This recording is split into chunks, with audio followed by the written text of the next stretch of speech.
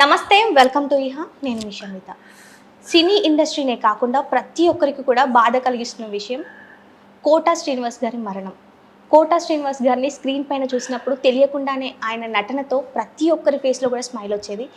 So ఆయనకి దగ్గర బంధువు అని చెప్పొచ్చు, బెస్ట్ ఫ్రెండ్ అని చెప్పొచ్చు, లేదు ఇంకా వాళ్ళకి ఏదైనా రిలేషన్ ఉందా అని అనుకుంటే ఆయననే అడిగి తెలుసుకుందాం. సో వాళ్ళిద్దరి కాంబినేషన్లో చాలా మూవీస్ వచ్చాయి అండ్ వాళ్ళు చేసే నటనకి ప్రతి ఒక్కరు కూడా వాళ్ళ ఫేస్లో స్మైల్ వచ్చేది. సో మరి ఆయన ఎవరో కాదు, బాబు మోహన్ గారు అయితే మనతో పాటు ఉన్నారు. వారి బాండింగ్ ఎలా ఉండేది, వారి జర్నీ గురించి ఒకసారి తెలుసుకునే ప్రయత్నం చేద్దాం.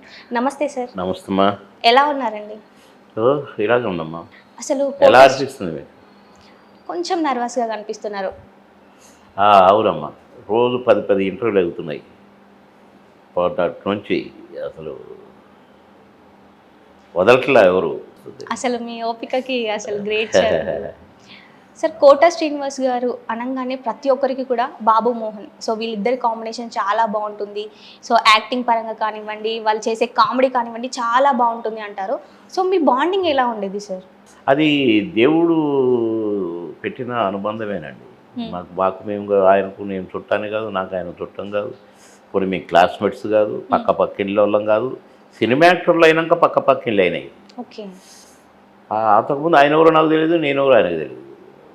మా మొదటి పిక్చర్ బొబ్బిలి రాజా, మా ఇద్దరు కాంబినేషన్. అదే ఫస్ట్ ఆయన నేను చూడటం, నన్ను ఆయన చూడటం. కాకపోతే ఆయన నాకంటే ముందు సినిమా యాక్టర్ అయ్యిండు కనుక ప్రతిఘటన సినిమాతోటి, అంటే నాకు ఆయనకు ఒక 7-8 సంవత్సరాలు 10 సంవత్సరాలు డిఫరెన్స్. నాకంటే ముందు సినిమా యాక్టర్ అయ్యిండు. నేను అంకుశం సినిమాతోటి నేను సినిమా యాక్టర్ అయ్యాను. ఆయనకు బ్రేక్ అది ఇచ్చింది, నాకు బ్రేక్ ఇది ఇచ్చింది. నాకు హిట్ మూవీ ఇది, ఆయనకు హిట్ మూవీ కనుక ఫస్ట్ పిక్చర్తోనే మేము కొంచెం కలుసుకున్నాం. సరే, ఆయన మనస్తత్వం వేరుగా ఉండేది, నా మనస్తత్వం వేరుగా ఉండేది. కానీ అక్కడ ఎవరి మనస్తత్వాలు ఏమున్నా, ఎవరి మనసులో ఏమున్నా, ఆయనదేదో అయినా ఈయనదేదో ఇవన్నీ అక్కడ స్పాట్కు సినిమా షూటింగ్ కాడికి వచ్చేసరికి అవన్నీ ఉండవు. అందరూ కలిసి camera department, director department, dance department, fires department, production department, అన్ని డిపార్ట్మెంట్లు కలిసి ఆ సినిమాకి ఏం కావాలనో దాన్ని క్రియేట్ చేయటమే మజ్జిగ చేసినట్టు. ఆ కథని కరెక్ట్గా మోల్డ్ చేసి ప్రజల కళ్ళకు ఇంపుగా చూపించటమే సినిమా. ఆయన ఏ క్యారెక్టర్లో వేసినా, నేను ఏ క్యారెక్టర్ వేసినా, నాదే ఊరైనా ఆయనదే ఊరైనా అక్కడికి వచ్చేసరికి ఆ క్యారెక్టర్లకు న్యాయం చేస్తున్నావా లేదా మేము చూసుకునేవాళ్ళం. మేము నేర్చుకునేది గదే. ఎలాంటి క్యారెక్టర్లు ఇవ్వాలి ఇవన్నీ దేవుడు మాకు ఇచ్చింది.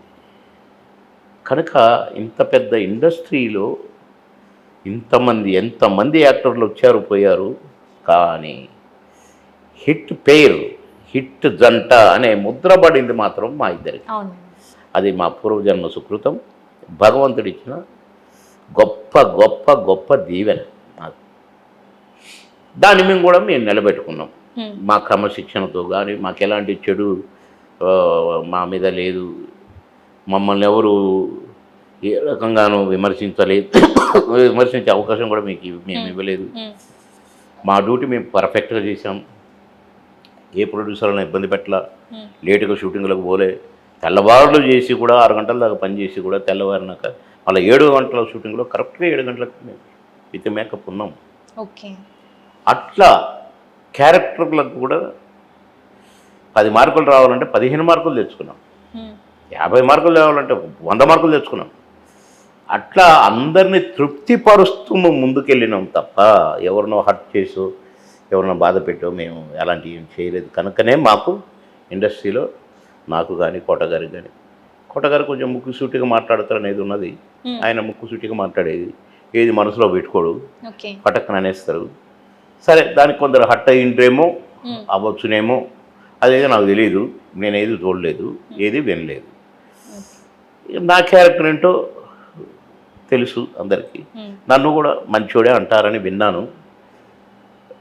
ఎట్లాంటి కాంట్రవర్సీ లేదని కూడా విన్నాను. కనుక అది మా పూర్వజన్మ సుకృతం, భగవంతుడు మాకు ఇచ్చిన వరం.